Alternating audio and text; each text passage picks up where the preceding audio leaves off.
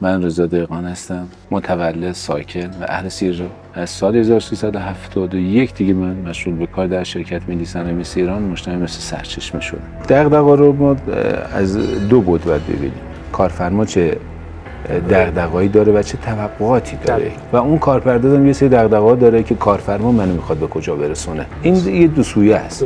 درست دغدغه دارید، هدفتی بوده که بیای مشغول به کار بشی، تشکیل زندگی بدی، تشکیل سرمایه‌دار خودت بدی، بیای تو رفاهیت. من 14 سال فلان و 20 سال درس خوندم فلان کردم بعد اینا برسم به اینا. به هر حال اینا جزئی از رویاهات بوده. حالا چجوری به این رویاها برسی اون دیگه قدم است که شما برمی‌دارید. اگر ما بتونیم اون چارچوب کاری خودمون خیلی خوب ببینیم و خیلی خوب بشینیم بنویسیمش، قطعاً سازمان رو به سمت تعالی می‌بره.